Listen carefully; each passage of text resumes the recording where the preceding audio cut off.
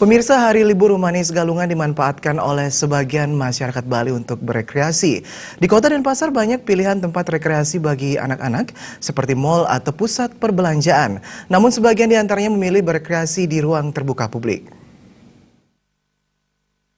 Di daerah perkotaan seperti Denpasar, masyarakat begitu mudah mendapatkan sarana hiburan seperti arena bermain bagi anak-anak, mulai dari yang sederhana hingga modern.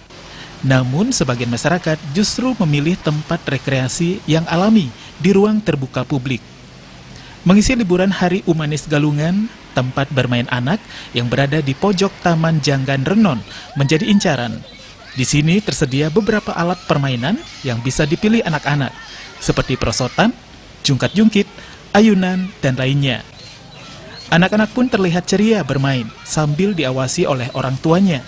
Selain udaranya segar karena dikelilingi pepohonan, tempat ini juga terjaga kebersihannya sehingga membuat anak-anak semakin betah.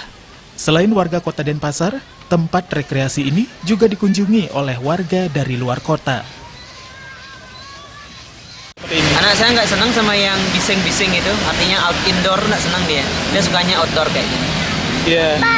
Harapannya gimana, Pak? Ya ini sih udah bagus tempatnya, artinya udah ada pagar kayak gini. Terus juga kebersihannya juga bagus sekali di sini. Ya jadi mudah-mudahan pemerintah kedepannya tetap menyediakan fasilitas umum untuk masyarakat yang notabene aman dan juga ya kalau ini tanpa biaya itu bagus loh. Tempat rekreasi lainnya yakni lapangan Gusti Ngurah Made Agung Denpasar juga tak kalah ramai saat liburan.